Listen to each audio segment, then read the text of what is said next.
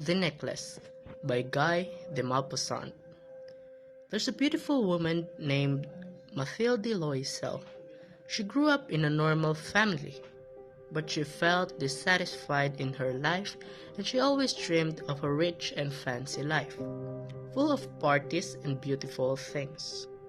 She met her husband, named Monsieur Loisel, a nice man who worked hard, but she's unhappy in her married life because she felt trapped even more with their simple life and felt like it's just constant reminder of her unfulfilled dreams.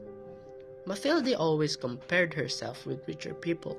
She wanted more and thought that a simple life was not for her. She wasn't happy with everything she had.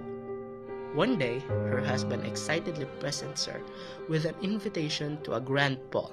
He expected Mathilde to be delighted, but she reacted with anger and complaints because she has nothing to wear that she would look very fine. Her husband offers to give her money to buy a new dress and for something suitable. But Mathilde is still dissatisfied with that. She believed that attending to such an event without jewelry would reflect poorly on her sense of style and it would make her look unfashionable. The next day, Mathilde went to the house of her rich friend named Jean Forester to borrow some jewels. She chose the finest necklaces, which is the full of diamonds. At the ball, Mathilde is the center of attention. Felt beautiful and elegant, she enjoys dancing and laughing. As they returned home, Mathilde noticed that she wasn't wearing the necklace anymore. She realized that she lost it in the chaos of the night.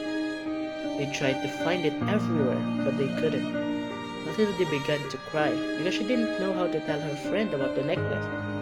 Mathilde and her husband, devastated, they decided to replace it with a new one, just to avoid shame. They spent 10 years working hard to repaint it and living in poverty. After 10 years of hardship, Mathilde encounters Jean Forester and confesses the truth about losing the necklace. Her eyes filled with a mixture of hope and fear, she presented her friend with the case, inside which lay the new necklace she had bought. But then, Jean Forester reveals that the necklace she borrowed wasn't made of real diamonds, and it wasn't that expensive. Mathilde realized the terrible price she paid for a fake necklace, and also she realized that they were just suffering and sacrificed everything for nothing. Mathilde decided for a rich life because her big problems. It's better to be happy with a simple life.